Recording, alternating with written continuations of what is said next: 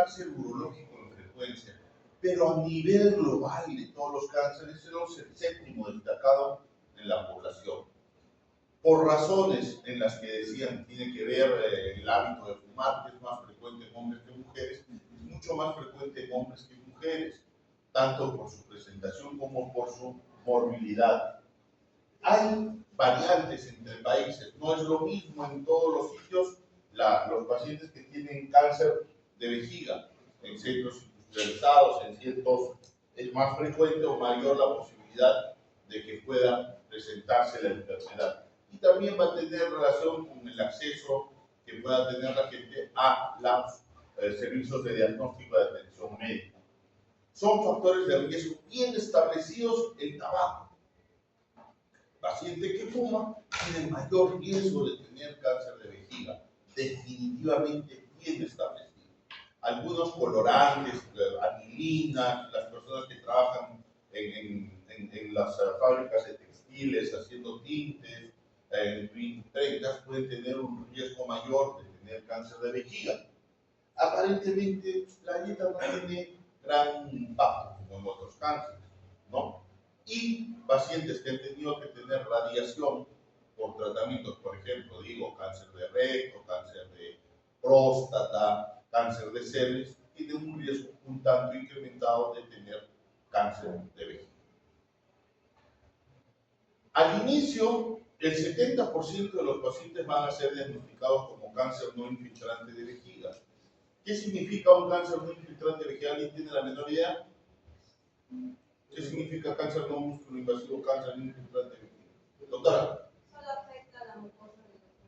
La capa más superficial de vejiga. Consejo para todos. Lean una clase antes de venir a hacerla. En la noche la repasan y leen la clase del día siguiente. Cuando viene la fecha del examen, repasan y ya están campeones. No esperen a estudiar el último día. El examen es el sábado, el viernes están apurados, corriendo, ¿qué hago? ¿Leo, no leo? Y ahora no me alcanza el tiempo. Así no hay. Pedacé, como si fuera un queso, su trabajo, a poquito, todos los días un pedacito, a ver cómo la logran, sin mayor esfuerzo. Muy bien. Entonces, ¿qué quiere decir urotelo? El urotelo es esa capa, vamos a hacer una analogía tosca. Ustedes recuerdan la ley de membrana, ¿no? ¿Qué pasa cuando hay dos concentraciones de un líquido a través de una membrana? Se tienden a igualar, ¿no es cierto? O pasa el líquido o pasa el soluto, ¿no? ¿Qué pasa con mi orina? En realidad tengo un montón de sodio, de potasio, estoy botando un montón de... ¿Cómo se hace para que no se reabsorba?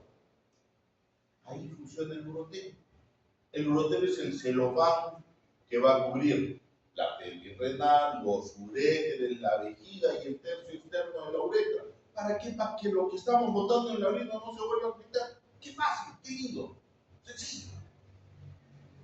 De acá, de esos tejidos, es donde parten el 75-85% de los cánceres de vejiga, que son neoplasias uroteliales. Doctor, 75-80%, no es el 100%. No. Hay otros tipos menos frecuentes de cáncer de vejiga. El cáncer, se me ocurre, el adenocarcinoma, el cáncer de células escamosas, el carcinoma neuroendocrino de células pequeñas, el cáncer de uraco, pero son tumores más infrecuentes. A efectos de esta clase y por frecuencia y para ustedes, vamos a estar hablando fundamentalmente de los tumores de células transicionales. ¿De acuerdo? Muy bien. Entonces, los tumores que son no musculoinvasivos pueden estar confinados a la mucosa, es decir, lo más superficiales, o invaden el urotelio, el suburotelio, pero no se encuentran en la vejiga. Estos tumores no musculoinvasivos tienen una variante que se llama CIS. El CIS es alguien que cuando empiece el ventilador y que funcione, se van a morir de calor ustedes. ¿No funciona? Ah, gracias. No podemos llamar, pero estamos cocinando. Muy bien. Entonces, estamos el CIS, que usualmente es un carcinoma incisivo que suele ser neomomo. En vejiga el CIS no es un momo.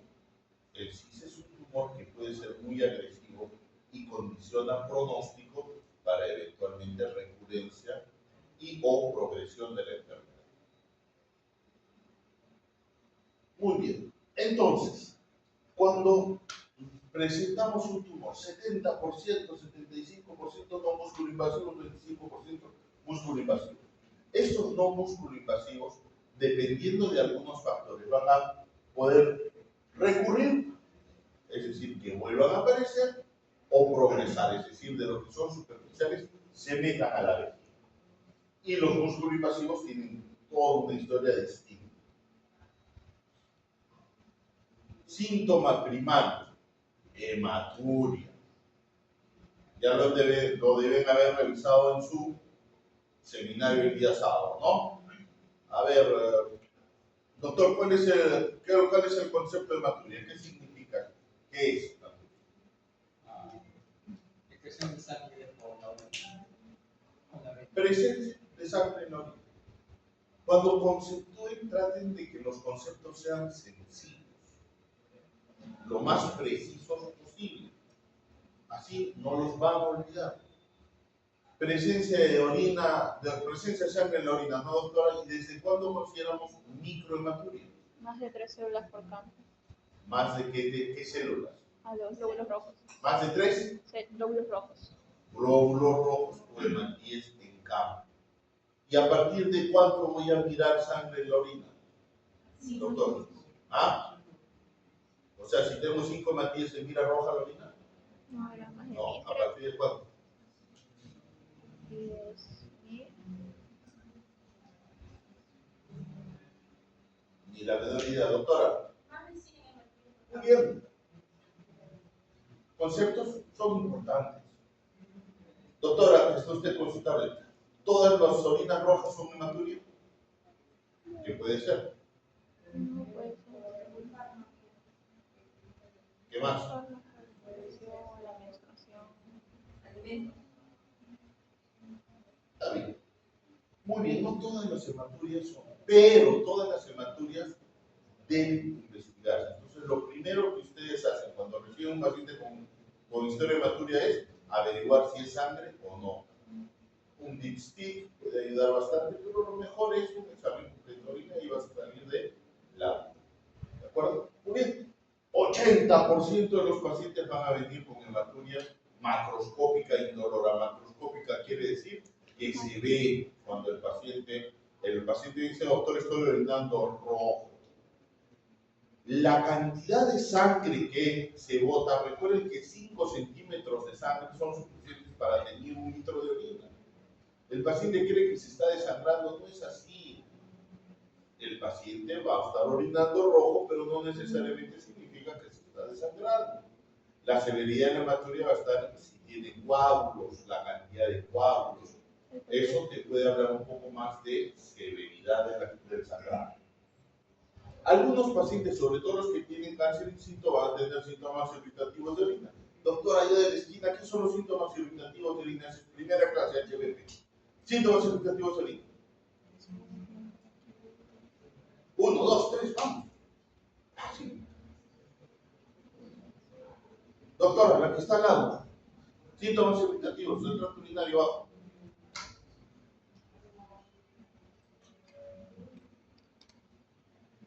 Ni idea. A ver, siguiente, usted, doctora. Dolor emocional. O la, no, doctora. Disuria. Otro. No. También. Micturia, otro. Incontinencia. No, otro. A ver, doctor, usted. ¿Sí? Urgencia. Micturia, polariuria, urgencia miccional, tenés móvil vesical. Dentro de lo que ustedes van a ver, los síntomas urinarios son importantísimos. hay cosas que no van a dejar de ver en su práctica médica general. Y uno de esos es un problema urinario. Tienen que tener bien claro síntomas irritativos, síntomas obstructivos, irritativos en relación a problemas inflamatorios. Disuria con síntomas irritativos, tienen que descartar infecciones. Eso es sencillo. No olviden que lo simple está en la clave de las cosas. Pero si ustedes, a ver, el adagio médico dice, encuentro lo que busco y busco lo que conozco. Para ustedes poder encontrar tienen que saber de qué están buscando para poder interpretarlo. A mi grupo le decía, vengan el primer día leyendo semiología urológica para que puedan aprovechar la clase. ¿De qué me sirve ya? A ver, examina, ¿qué encuentras? No tienes la menor idea de lo que vas a buscar. Pregúntale a un paciente, ¿qué ganan preguntándole si no sabe lo que van a preguntar? Revisen semiología, vamos a lo básico. Entonces, la mayor parte de los pacientes tienen, algunos pacientes van a tener infección urinaria. ¿Por qué? Porque la presencia del tumor va a condicionar infecciones urinarias. Un tumor grande, con tejido necrótico, y nunca salen de las infecciones urinarias. Algunos pacientes que vienen con cáncer avanzado van a tener síntomas en relación a la mental, si tienen problemas óseos van a tener dolores óseos, si tienen ganglios pélvicos grandes, edema de miembros superiores, etcétera, etcétera. Algunos pacientes se van a presentar con hematuria microscópica, incidentalmente en un examen de orina les encuentran microhematuria que nunca la vieron y esa es la causa de que se estudia el paciente. Y si los tumores están en uretra, por ejemplo, cerca de los meatos ureterales, pueden haber hidronefrosis y tumores. Entonces, una vez que se hace el diagnóstico, hacemos una RTU de ese tumor. A ver, doctor, ¿en quiénes vamos a estudiar más adecuada, más la hematuria? ¿Alguien sabe? ¿Todas las causas de hematuria son iguales? No son, ¿no es cierto? ¿Qué causas pueden haber? A ver, doctora, ¿qué causas? Ya me prendí el otro aparato, llama la atención. Muy bien, otra, doctor. Muy bien, otra. Infección urinaria. Otra. Vamos, ¿quién no sabe? Neoplasias. Neoplasia, ya. Viva, pero ya, sí, está mal. Otra. Tenemos que ver si es urológica o no también, porque puede ser extra. Muy bien. Causas de pared, hematurias por problemas del parénquima renal. Entonces, en general, algunos síntomas yo los agrupaba, a ver, infecciosos, traumáticos, neoplásicos, varios, ¿no? Me hacía yo un esquema mental. La mejor manera es que ustedes hagan esquemas mentales, conceptúen para que puedan aprender, no memorizar. Si ustedes tienen la base, de ahí va a salir todo. Entonces, la hematuria de un joven no es lo mismo que la hematuria de una persona de más de 50 años.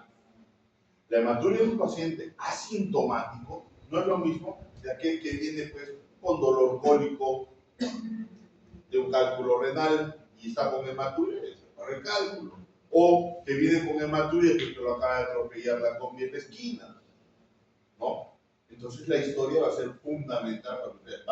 Un paciente orinando sangre de la nada, más de 50 años, dos cosas tiene que tener ese paciente: imágenes de las vías urinarias y una cistoscopia.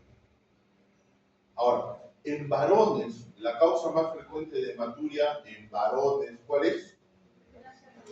Muy bien, crecimiento prostático. Pero esa hematuria va a estar acompañada usualmente ¿de qué? De síntomas del tracto urinario bajo. Es un paciente que orina en las noches, que empuja para orinar, que se acerca a la taza para no mojar el piso porque la mujer le pega, ¿no? Que tiene que quedarse un rato después de que termine de gotear, lo sacude y otra vez le vienen ganas.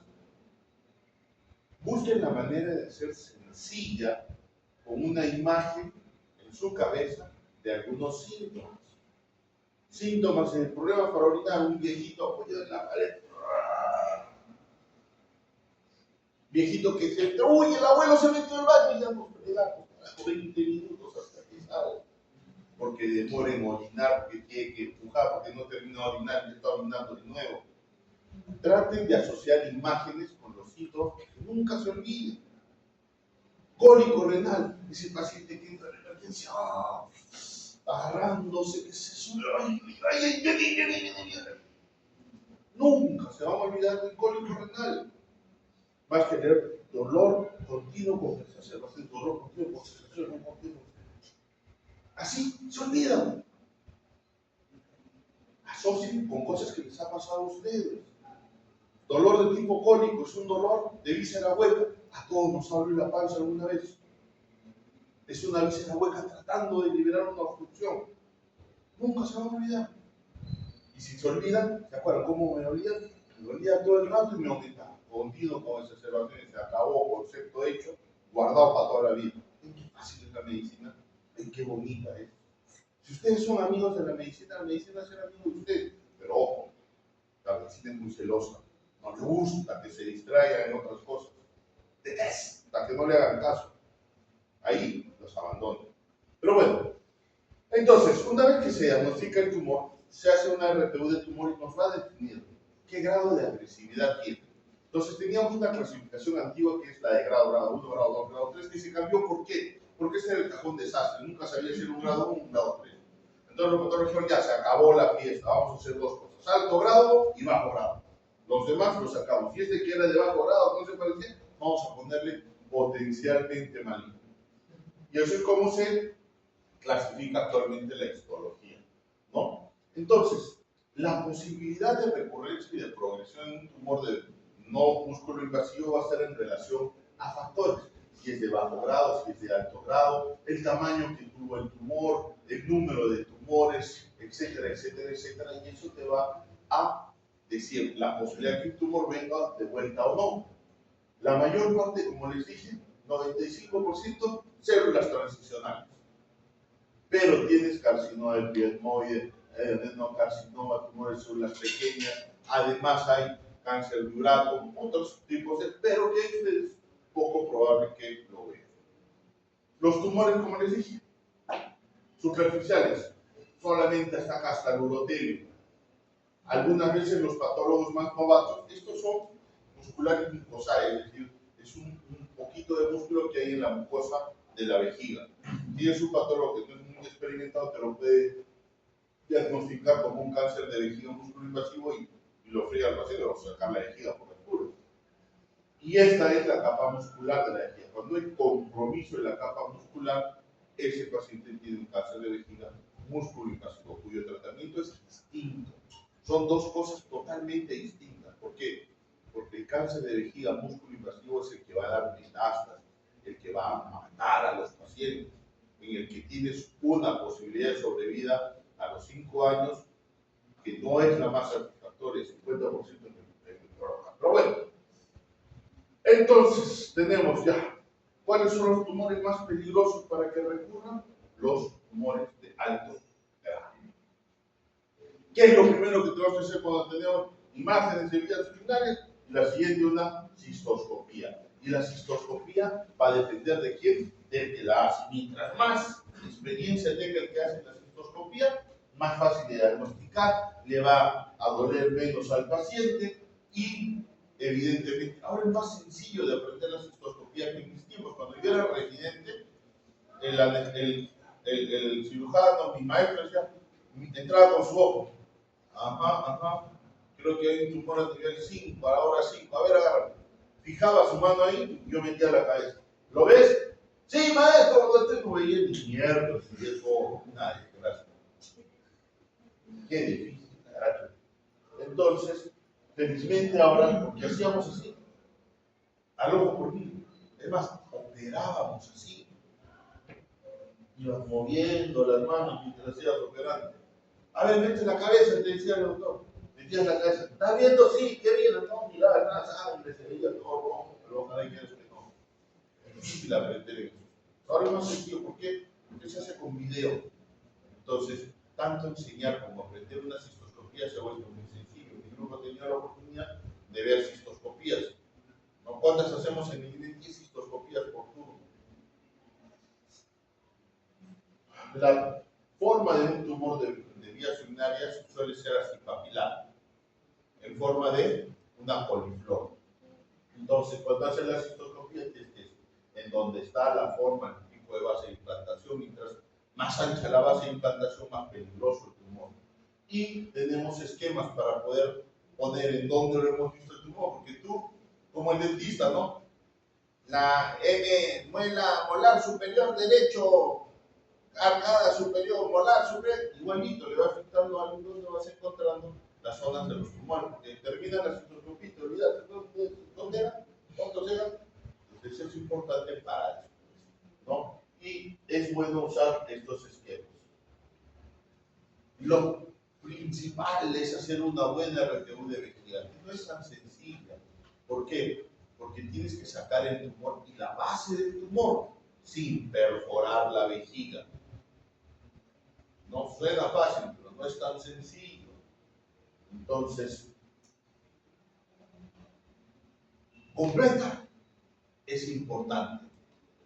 Hemos visto que la primera RTU puede ser incompleta hasta un 25 a 30% de los casos. ¿De qué va a depender? ¿Quién la hizo? ¿Dónde se hizo? Si tienes un cirujano experto, eso quedó limpiecito. Como nos pasa en el INE, recibimos paciente de otro lado, siempre le hacemos una re-resección a las 3 o 4 semanas. De la primera ampliamos bordes y profundizamos. ¿Ya? Ahora, cuando el patólogo nos dice no músculo invasivo y no hay músculo, tienes que entrar a sacar un porqué, porque se acobardó y no profundizó. A veces también son muy audaces y terminan con un hueco en la vejiga, problema en ponerle y a veces operar al paciente. ¿Por qué van a operar al paciente todo por una perforación en la vejiga? Le pones una sonda y se acabó. Porque si la perforación es el trasfondo y tuviste la muy mala suerte de echarte una asa intestinal, así que puede ser una peritoneo. Afortunadamente es algo muy poco frecuente, pero puede suceder. Sí, ha sucedido, no te dejan la mayor duda de esto. Entonces, como les dije ahora, más sencillo aprender una cistoscopía, más sencillo aprender a hacer una RTU, mirar el tumor y debe quedar así. Al final, sacas el tumor y después de sacar el tumor, tienes que sacar capa muscular. No es infrecuente que algunas veces lleguemos hasta acá, hasta este amarillito. Vemos amarillito y ya sabes que te has perforado la vejiga, pero no la has roto. Hasta ahí puede ser, se llama resección transuretral radical. Había un doctor acá, el doctor Solsona, le encantaba hacer esas resecciones, porque los dejaba limpios a los pacientes de tumores. Pero es un poquito peligrosa porque si se te va un poquitito el asa, ya está perforado. ¿No? Muy bien. Entonces, los tumores de base amplia son más peligrosos, porque esos tumores son más probables que sean músculo invasivos. No todos los tumores, sobre todo los de los carcinomas in situ, se ven bien. Entonces hemos mejorado la sensibilidad de la cistoscopía agregando luz azul. Es medio tedioso porque hay que ponerle una sustancia al paciente, esperar 20, 30 minutos y luego entrar con luz azul y vas campeón. Hay unas alternativas en las que cambias el ancho de la banda de luz y también lo puedes identificar ese tipo de tumores. Ayuda mucho para definir. Y obviamente los tumores de CIS deben ser también bien resecados. Muy bien. Entonces esto es lo que el patólogo nos tiene que decir. Y el pronóstico va a estar en relación a el grado del tumor. Mientras más agresivo el tumor, mayor probabilidad que regrese. La profundidad de la invasión es diferente de un TA que está sobre la mucosa de un T1 que invade la lámina propia. Si hay CIS asociado o si hay múltiples tumores. Entonces, los tumores van a clasificarse según grupos de riesgo, bajo, intermedio y alto. Los pacientes de bajo grado, un solo tumor, menos de 3 centímetros, TA, bajo grado, ese paciente no le haces nada, lo observas nomás. No necesita más que hacerle cistoscopías cada 3 meses, los próximos 2 años, y luego les haces cada 4 meses, luego cada 6 meses, luego una vez al año, y luego campeonato. Se acabó. Pero si el paciente tiene un alto grado, varios tumores, T1, G3, estos pacientes tienen un 70% de probabilidades de recurrir o de progresar. A esos pacientes les pones sustancias en la vejiga, o le pones una BCG, o le pones una mitomicina, algo haces para disminuir ese riesgo. Entonces, los objetivos del tratamiento intravesical van a estar dirigidos fundamentalmente a que no vuelva a salir el tumor y el tumor no se meta a la vejiga.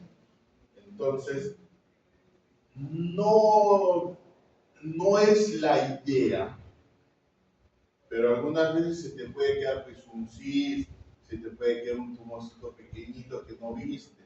Entonces, cuando haces tratamiento intravesical, la idea es que esas zonitas también sean tratadas. Algunos urólogos creen que dejando tumor no pasa nada porque a veces que lo mata. No debe quedar tumor visible después de la RT1. Puede quedar algo que no viste, algo pequeñito, pero visible, no. El BCG no funciona para eso. Y tenemos varias alternativas de tratamiento intravesical. Mitomicina, inmunoterapia con BCG es lo que funciona mejor, pero tiene sus memorias. ¿Por qué? Porque puede dar una serie de efectos indeseables en relación a la inflamación que produce. Entonces, bajo riesgo, tumor pequeño, menos de 3 centímetros, solitario, es el observa nomás. ¿Ya? Les puedes dar una instilación inmediata de mitomicina y con eso terminas de cambiar. BCG, bajo riesgo, no le das a esos pacientes, no le das BCG. ¿Ya? ¿Por qué? Porque esos pacientes no se van a beneficiar. No solo es tratar, es saber a qué pacientes vas a beneficiar con un tratamiento. Recuerden que todo tratamiento tiene beneficios, pero también tiene efectos indeseables. La idea es mantener el beneficio evitando los efectos indeseables. Si un paciente no tiene indicación de BCG, no se lo dé. Pueden ganarse una complicación innecesariamente que después no va a poder justificar.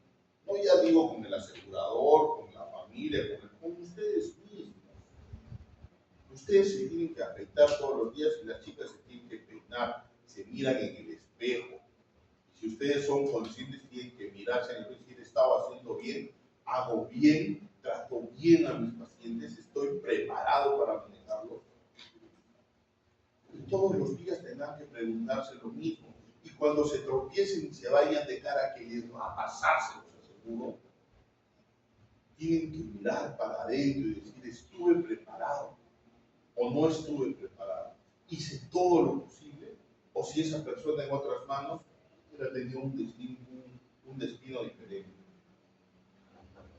Van a trabajar con vidas humanas, que pueden ser su tío, su papá, su hermano, su sobrino.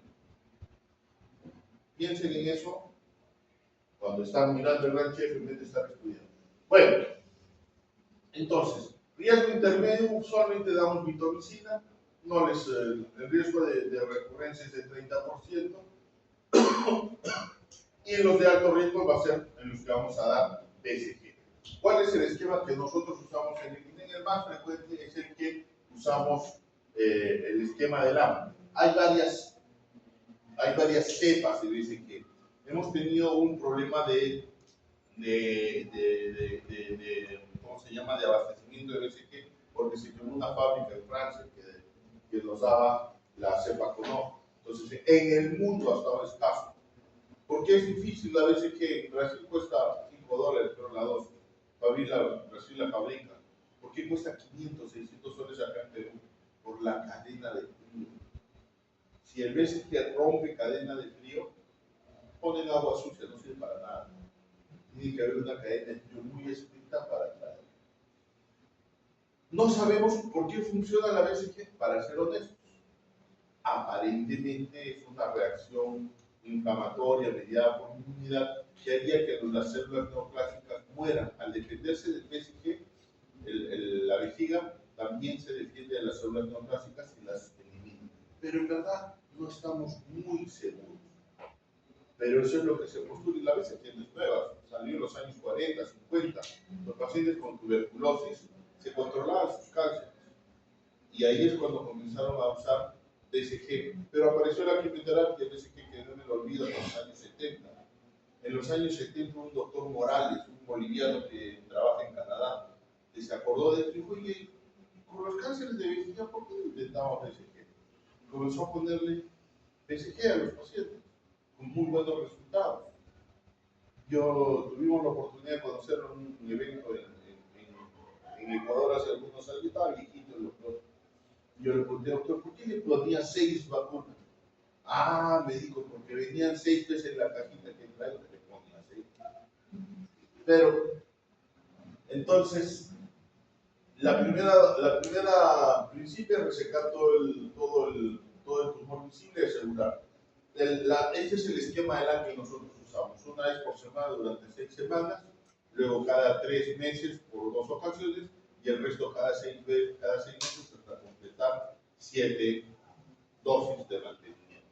Con cistoscopías cada 3 meses, 36 meses de tratamiento. 3 años tenemos estos pacientes, por lo menos. Y por eso es que cáncer de vejiga no músculo invasivo es considerado el cáncer más costoso de manejar. ¿Por qué? Porque acá la cistoscopía cuesta $200, pero en Estados Unidos, ¿por qué no trabajo allá?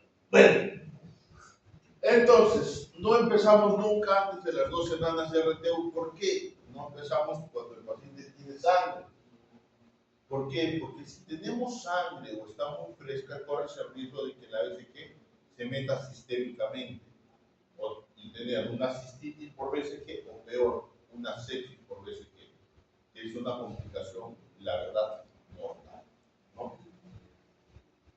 Hay efectos indeseables, frecuencia urinaria aumentada, hay fiebre, algunos te hacen fiebre un día, 2 días, se suspende. ¿Qué quiere decir? Bueno, eso que un paciente tenga, sí, ¿por qué? Porque esa vacuna está funcionando. Por lo que he visto yo en mi experiencia, los pacientes que no tienen ninguna molestia no van a ir bien. Estos son los que usualmente responden. Los pacientes que tienen mucha sintomatología son los que usualmente responden. ¿No? Hay muchas reacciones adversas, ya lo vimos estas son maneras de manejar. No lo discutimos mayormente porque ustedes es poco probable que tengan, a menos que se dediquen a oncología y hagan algo de cáncer, que se dediquen a poner eso, ¿no? Sigue siendo la cistoscopía la mejor manera de vigilar a los pacientes con cáncer de vejiga. Los marcadores tumorales como el NP22, perdón, NP22 no han demostrado, para suerte de nosotros, aún la efectividad que implica una cistoscopía. Muy bien. Músculo invasivo, ¿qué hacemos? La mejor manera de manejarlos al momento, cistectomía radical.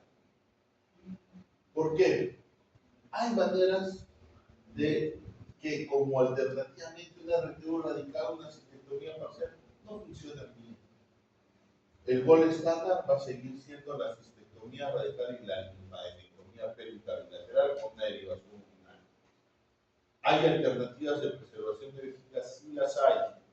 Quimioterapia, radioterapia, pero no tienen el mismo éxito que tiene la cirugía. Dicen los oncólogos clínicos que nosotros tenemos la culpa porque no les mandamos a los pacientes. Quizás algo sea de verdad. Dicen los oncólogos clínicos que les mandamos pacientes que son huesos para operar. Entonces esos pacientes son muy viejitos o tienen comorbilidades, entonces obviamente sus resultados no son tan buenos. Y la verdad es que es difícil compararlos porque no hay una forma de hacer un estudio randomizado para eso. Porque el paciente dice, no, a mí me opera, dijo que radioterapia, que quimioterapia, lo que a la suerte. No, yo quiero que me opere o quiero que me funcione la vacuna. Pero bueno, estos tumores no son muy sensibles para la radioterapia. Quimioterapia o radioterapia solas no funcionan. A veces la combinación puede mejorarse. ¿Cómo haces eso? Una RTU extensa, tienes que dejarlo sin tumor. De ahí le das quimioterapia y le das radioterapia. Si fracasas, estás fregado. Dicen los radiooncólogos, no, de ahí lo operas. Operar una vejiga radiada no es lo mismo. Es un tejido poco irrigado, porque la radiación anula la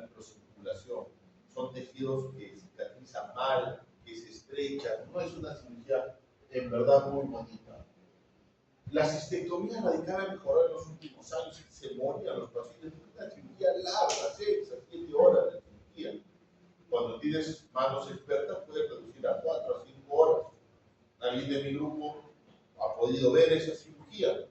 Sacar toda la vejiga, sacar los ganglios, hacer una reconstrucción. Hermosa la cirugía. 40% de movilidad. Se te infecta, se te hace indio, problema. La mejor posibilidad de estos pacientes es estar en un centro donde se haga este tipo de cirugías con frecuencia. ¿Cuánto? Por lo menos 20 al año. Cuando hacen más de 20 al año, dicen, ahí hacen. Saben lo que tienen que hacer. Menos de 20 al año, cuidado. Si alguna vez tiene un familiar, una persona que le van a hacer una cistoprostatectomía, una cistectomía radical, le preguntan, si no, doctor, ¿cuántas hace usted al año? Si no hace 20 al menos, o en su centro hace 20 por lo menos, búsquense otra persona. Con enfermedad confinada, cuando el cáncer es T2, no se ha salido del músculo, 80% de sobrevida. El problema es cuando tenemos T3, T4. 50% de los pacientes van a tener recurrencia de enfermedad. La quimioterapia va a aumentar la radiosensibilidad del tumor, los resultados van a mejorar. Doctor, ¿y cómo van los pacientes que hacen laringectomía pélvica extendida? Van algo mejor, pero hay estudios recientes que están diciendo que no es tan cierto eso. ¿Cómo va la quimioterapia neoadjuvante? Hay 2 estudios bien hechos, randomizados, bien controlados, que han mostrado que los pacientes que son sensibles a quimioterapia mejoran notablemente la sobrevida en aquellos que reciben quimioterapia antes de la cirugía. Desafortunadamente hay un grupo de pacientes que no les hace nada la quimioterapia y van dando la quimioterapia creciendo el cáncer. Todavía no podemos descifrar con claridad. Algunos han propuesto sin la histología es basal o es luminal, para ayudar a predecir qué paciente va a ir a quimioterapia y le va a beneficiar. Entonces, pero ¿qué beneficio hay? Estos son los ganglios pélvicos, los ganglios retroperitoneales. La idea es sacar los ganglios. ¿Por qué? Porque en primera estación, para que se comprometa la enfermedad metastáticamente, es ganglios, ¿no? Entonces, hubo un doctor, ahorita se me olvidó el nombre, que hizo una distribución de qué tan frecuentemente eran el compromiso de ganglios que podía encontrar en una cistectomía radical. Se iba hasta la mesentérica inferior y ahí podía encontrar todavía posibilidad de ganglios. Obviamente, lo más frecuente es que estuvieran a nivel pélvico. Después se han hecho estudios y realmente no parece que no ayuda tanto como parecía ayudar. Quimioterapia neoayudante, ya dijimos que en el 2003 ya hubo un estudio que mostró ventajas en la sobrevida. Me acuerdo mucho de ese estudio porque yo, aún siendo más joven de lo que soy ahora, nuevecito, estaba prácticamente en un centro, en un seguro médico privado, me invitaron a hablar de este tema de cáncer de vejiga muy invasivo y le hablamos de quimioterapia neoayudante. Y un oncólogo clínico que era uno de los líderes, dijo, doctor, ¿cómo va a darle quimioterapia? Usted está loco, si no hay cáncer en otro lado, solo para enfermedad metastática. No quisimos hacerlo quedar mal, pero después le pasé el estudio donde demostraba la sobrevida mejorada en pacientes con neoadjuvante. Se hizo mi amigo, porque no lo hice quedar mal en la organización. Pude, y hubiera ganado, le dije, doctor, usted no sabe ni el 1 más 1. ¿Qué hubiera ganado? Quedar bien, que lo vacune, y obviamente me ganaron un enemigo de por vida, ¿no? O sea, pude saber, no necesariamente significa tener que humillar al que no sabe. Al que no sabe, enseña. Muy bien. Entonces, en ese estudio, sí ha mejorado la quimioterapia neoadjuvante. Principal desventaja, retrasa el tratamiento. Y retrasa en algunos pacientes, como les dije, no tenemos la certeza absoluta de a quién va a beneficiar, no sabemos cuál va a ser quimiosensible y cuál. La RTU radical en algunos pacientes, pues, es un poquito chiquitito y sacaste todo y lo secaste bien.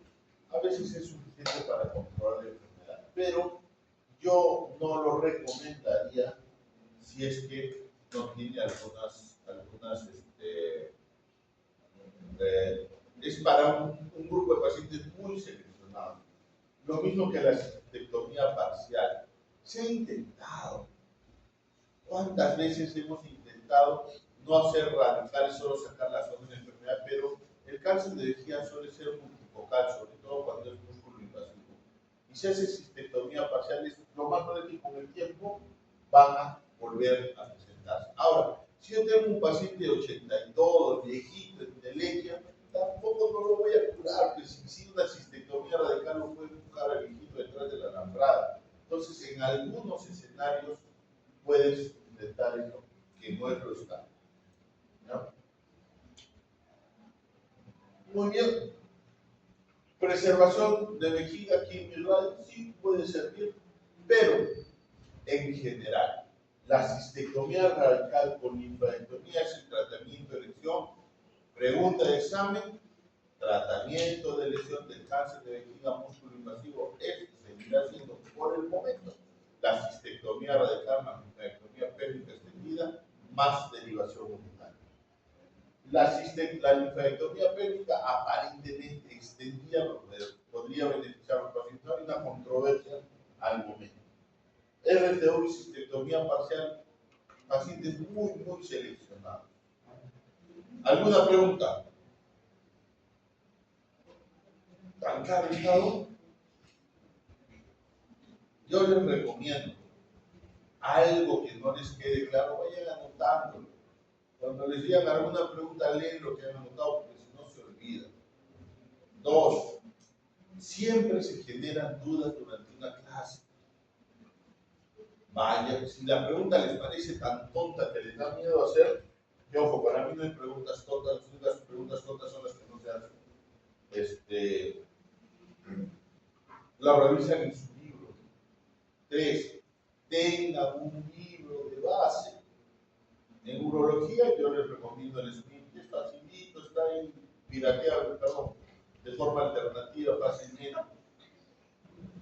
Sencillo de leer, que trae fisiología, anatomía desde el inicio del capítulo, ya estás en 2 patadas. ¿No? No se complique en la vida, doctor, me consiguió el cambio, el 4 tomos, tanto, ni me recibí que lo ve, que deberían hacer. Pero no vale la pena. A ver, 2 llegaron tarde, son Ludeña. No, pero no por uno, Ludeña, de siempre. No existe nunca, no existe siempre. Existe poco frecuente, raro, inusual. Nunca, no hay. Siempre, no hay. Olvídense de esas frases.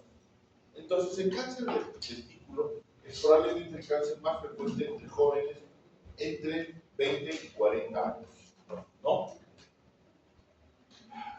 Pero aún así es bien raro. Viene a ser el 1.5 de las neoplasias en los hombres. Obviamente, es en varones, ¿no? Ahora, aunque con esto de los enredadas, de las percebidas y no sé qué cosas, ya la cosa está complicándose cada vez más. Señora, tiene usted un cáncer de próstata, hay que decir a veces, pero bueno. Es lo que hay, doctores, y desafortunada o afortunadamente, ustedes van a tener que lidiar más con eso que nosotros. En Perú aún no ha calado profundamente, pero en Estados Unidos y en Europa tienen sitios, en los congresos de urología hay cursos para aprender a manejar esto de las percepciones que a veces luchan con lo que tú estás viendo, con la realidad, con lo objetivo, con lo biológico, ¿no? Pero allá son hasta cuestiones de issue legal, ¿no? Si te equivocas, te demandan. Y los gringos que están por ahí no vayan a mandarle por cualquier cosa. Entonces, esto es un cáncer de varones. ¿Por qué? Porque son los varones que tienen testículos. Y son factores de riesgo, la edad, 20 a 40 años, la raza, por alguna razón es un poco más en algunas personas de raza blanca, y la criptorquía. ¿Recuerdan qué es la criptorquía? ¿Sí recuerdan? Cuando no lo afecta. ¿Ah? ¿Qué es? Testículo, todo descendido. Se acabó. Muy bien, el concepto iba por ahí. Los testículos que se quedan en la cavidad abdominal son disgenéticos y a veces tienes testículo, tienes una masa intraabdominal grandota que es un cáncer de testículo que nunca bajó y están desconcertados buscando un montón de cosas. El trauma no es un factor de riesgo, evidentemente, pero muchos pacientes se examinan el testículo a raíz de que recibieron un pelotazo, se cayeron o recuerdan que se han golpeado. Entonces, usualmente digo que me golpeé y de ahí se me ha crecido. ¿Puede suceder? Sí, puede suceder. A raíz de un golpe puedes tener un trauma testicular, que se acopla el testículo, sangre y eso me da un volumen. Eso es lo extraordinario. Además de que un trauma testicular por ruptura de testículo tengo, seguro que no va a crecer así solito. ¿No? Hay un montón de tumores de testículo. Como cualquier órgano, los tumores van a, cualquier célula que nos conforma puede convertirse en cáncer. Entonces, cuando hablamos de tumores del testículo, vamos a hablar de tumores de células germinales. Hay otros tipos de tumor, del estroma gonadal, por ejemplo, de células de Leydig, que es el que las células de Leydig producen la testosterona. Entonces, ¿qué vas a tener? Si es el niño, vas a tener un niño con una pubertad precoz. La mamá te dice, doctor, se le ha engrosado la voz, está saliendo pelos en sus partes y el testículo se le ha... Ya está. Señora, tumores células de Leydig. Aplausos de las tribunas, hombres abiertos, no fácil. ¿Ya? Y hay otros tipos de tumores que son mucho más raros. Pero cuando hablemos de tumores de testículo, igual que cuando hablamos de tumores de vejiga, vamos a hablar de los tumores de células germinales.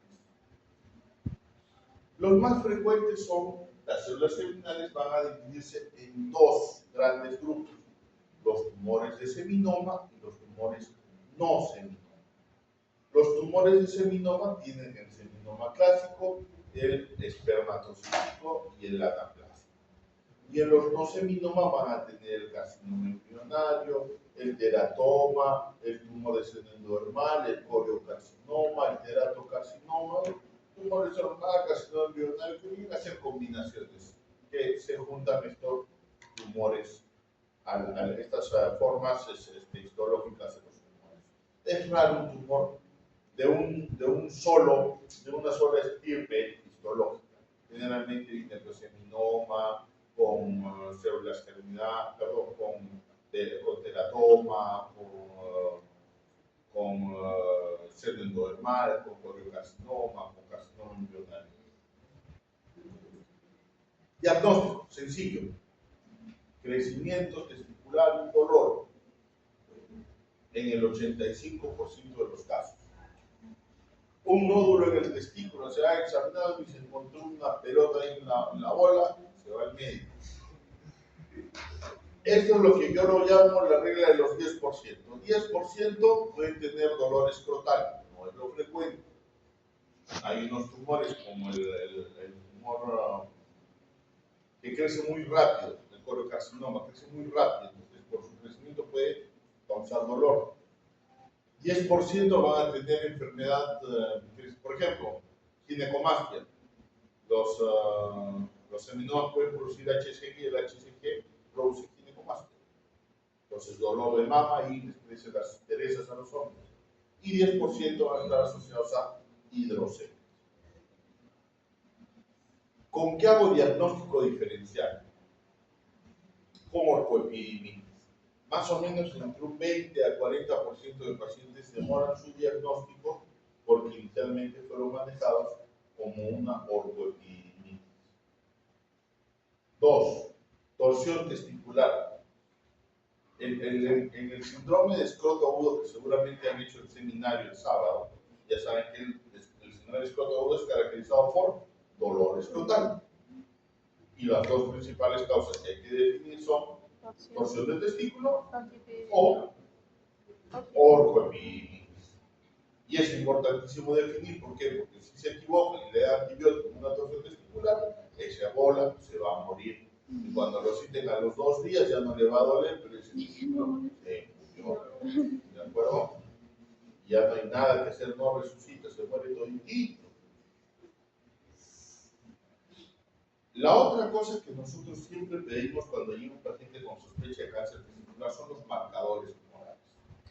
Usualmente el TNM es tumor, ganglios y metástasis. Y acá en cáncer de testículo sumamos el S, 0, de los marcadores serios. AFP, HCG, un poquito menos, pero DHL también nos sirve. Se han diseñado otros marcadores como el PLAP, el CEA, el enolasa, pero honestamente no son muy buenos, no funcionan mucho. El diagnóstico es tan sencillo como con una ecografía. Una ecografía testicular con facilidad te va a decir si es un tumor, si es una inflamación, si es una torsión testicular. Afortunadamente ahora la ecografía pateas una piedra y salen 3 ecografías, hasta las auxiliares, hasta las técnicas, hasta las señoras de obstetras quieren hacer la ecografía de todo. No es complicado. Inclusive hay médicos generales que tienen ahí en su oficina su ecógrafo, un ratito pasan el CUI y deciden qué cosa es. Pero clínicamente, masa testicular indolores es un cáncer de testículo hasta que se demuestre lo contrario. Refiéranlos inmediatamente. El retraso en el tratamiento de estos pacientes es importante. No debe diferirse.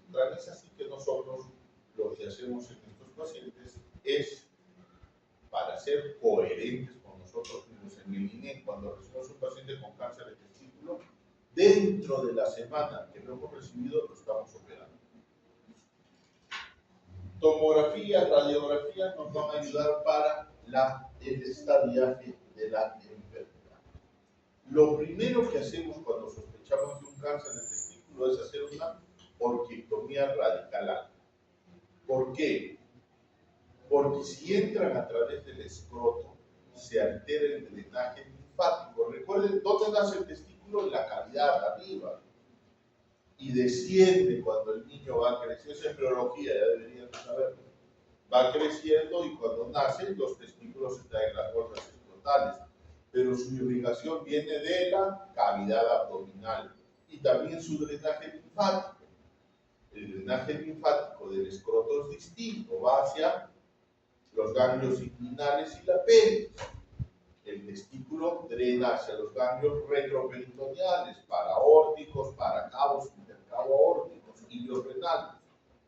Por eso es que si entran a través del escroto van a violar al drenaje linfático y pueden cambiar la historia natural de un cáncer de testículo. Los cánceres de testículo se operan por incisión inguinal alta. ¿Ya? Y no es complicado, haces una incisión, identificas el cordón, clampas el cordón, ¿para qué? Para que a la hora de mover el tumor no estés sembrando hacia arriba el cáncer y luego lo extiendes. Los tumores, el estadiaje inicial es patológico, porque el tumor, el estudio patológico te va a decir si el tumor está solo en el testículo, si está comprometiendo la túnica vaginal, si hay invasión vascular linfático o si hay compromiso del cordón espermático. Toda esa información tiene que venir en el informe anatopatológico, porque en base a eso tú vas a tomar decisiones. Los ganglios linfáticos, en cambio, se evalúan con imágenes. Vas a hacer una tomografía de tórax, de abdomen y pelvis.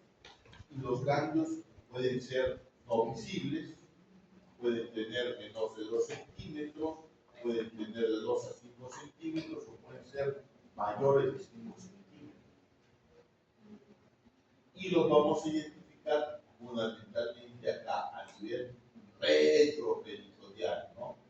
Tumores ganglionales dependiendo si es el lado izquierdo o si es el lado derecho.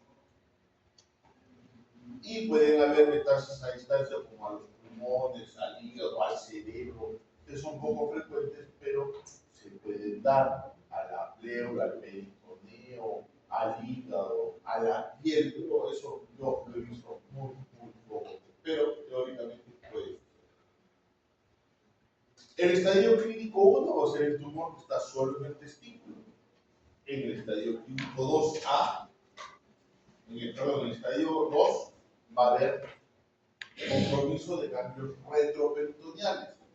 ¿Cuál va a ser la diferencia? El tamaño en los ganglios retroperitoneales. Menor de 2 centímetros, 2A. De 2 a 5 centímetros, 2. De más de 5 centímetros, 2. Y ya está fácil. Y cuando tienes más allá, cuando tienes el pulmón, el hígado, otra parte, estadio clínico 3. Se acabó la clasificación del testículo. Doctor, en el estadio clínico 4 el testículo no hay, no caigan en esa trampa.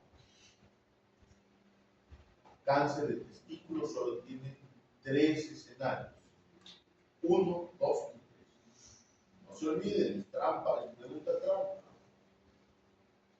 El seminoma. El seminoma tiene factores pronósticos. Si yo tengo un seminoma pequeño localizado, pues lo que me va a dar es el tamaño del tumor. Más de 6 centímetros, 36% posibilidad de recurrencia. Invasión vascular linfática, posibilidad de recurrencia. HCG elevada, posibilidad de recurrencia. En dos seminoma, igualito, estadio clínico 1, es decir, solo en el testículo, si hay invasión vascular, si hay invasión linfática, si no hay tumores en el normal o si hay presencia de carcinoma embrionario. Y los tumores van a recurrir en relación al número de factores de riesgo que puedan haber. Si hay 3 o 4 factores de riesgo, posibilidad de 46% de que haya enfermedad microscópica metastásica a nivel retroperitoneal que no veamos. 2 factores, 21%, un factor de... Si no tengo factores de riesgo, la posibilidad es muy pequeña, casi cercana al 0%. ¿Cómo tratar estos tumores? Seminoma testicular, estadio clínico 1. 2 opciones. Los observo o los radio. Estadio clínico 2A, puedo radiar. 2B, 2C, quimioterapia. Y luego, si queda masa residual, cirugía. Y el estadio clínico 3, igual. Quimioterapia, pero por 4 cursos. Y si queda masa al final, rescate químico.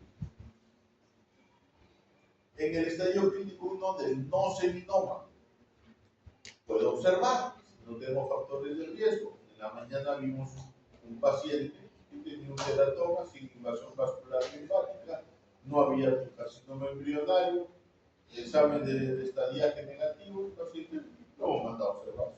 Además que se operó en diciembre, los exámenes de control son de marzo y ese paciente se está observando. O pueden ofrecer linfectomía retroperitoneal primaria. Cada vez menos hacemos linfectomía retroperitoneal primaria. ¿Por qué? Porque quimioterapia por 2 cursos está teniendo buenos resultados. Claro que la quimioterapia no es gratuita, ¿no? Nosotros hacíamos esta linfadectomía. ¿Ven los ganglios que están ahí? Esto que está en amarillo son fibras ganglionares, postganglionales que forman el plexo hipogástrico, esto que está acá alrededor de la vena mesentérica inferior. Entonces viene por detrás de la vena cava y vas a encontrar 3 nervios, uno acá arriba, 2 y 3 nervios.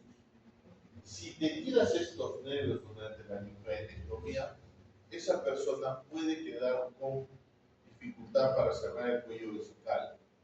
Cuando hay la eyaculación, se cierra el cuello vesical para que el esperma se dispare hacia el alto. Si echamos estos nervios durante la cirugía, esa persona no va a poder eyacular. Y concebir va a ser extraordinariamente difícil. Doctor, pero lo hacemos orinar de una coladita. No, le hacemos lo vamos a hacer. Doctor, y ICSI es lo que se hace con carísimo. Hay que tomar los espermas del testículo, cultivarlos y a la suerte de los loros. ¿Por qué? Porque recuerden que ustedes son lo mejor de 300 millones de cholos que se fueron nadando a buscar un óvulo. Así somos los hombres.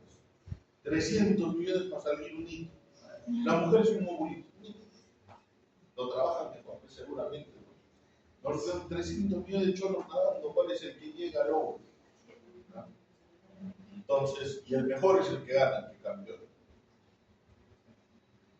Hacíamos también disecciones retroperitoneales modificadas para que el template del otro lado no se malogre. Entonces, si nos echábamos en este lado, conservamos. ¿Ya? Si nos echábamos en este lado, conservamos el otro lado. La verdad es que hemos hecho muchas de esas cirugías con preservación nerviosa, una cirugía hermosa, bonita. En el INEM, la familiaridad con esta cirugía hacía que pudiéramos identificar los nervios, no se quedaban con eyaculación. Cuando venían de otros hospitales decían mentirosos, ¿cómo van a sacar los nervios si son unos nervios? Se los mostramos. Ahí siguen diciendo, decían la verdad. Pero es complicado. Cuando tenemos un cáncer con metástasis, ¿se acuerdan que en el estadio clínico 2 no están los ganglios? ¿Sí saben? Lo acabo de decir. Retroperitoneales. La única diferencia son menos de 2, de 2 a 5 o más de 5. Es la única diferencia, pero todos estos van a quimioterapia. Usualmente la quimioterapia los desaparece, pero a veces te queda masa residual. Quimioterapia, masa residual y marcadores tumorales negativos, ese paciente tenemos que entrar a rescatar, a sacar esa masa. Y si en esa masa hay enfermedad viable, debe ir a quimioterapia. Lo mismo es en el estadio clínico 3, solo que en vez de ser 3 cursos, son 4 cursos de quimioterapia. Cuando sacamos la masa residual, entramos, operamos, sacamos la masa, nos sacamos la mugre, 40% de veces necrosis, 40% de veces teratoma, 20% recién solo tumor viable. ¿Por qué operar el teratoma? Porque eso, si bien no es mortal, pero sí va creciendo, unas bolsas de agua va creciendo, afecta. Y algunos teratomas se transforman malignamente. Muy bien. ¿Alguna pregunta? Tengo más slides, pero no les voy a mostrar porque ya es mucho. ¿Alguna pregunta en relación a lo que ahora acabamos de hablar? ¿Qué tan claro soy? Soy un monstruo de la computación. ¿Ah?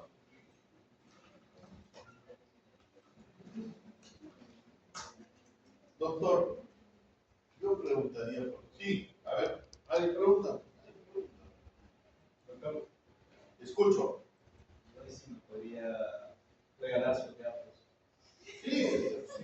Vamos a ver si me puedo pasar. Gracias. Pero las diapositivas son, y ahí están en la, acá. Las diapositivas son mi ayuda a memoria. Quiere decir que para mí son útiles. No sé si para ustedes. ¿Ya? Y mi mejor consejo es estudien.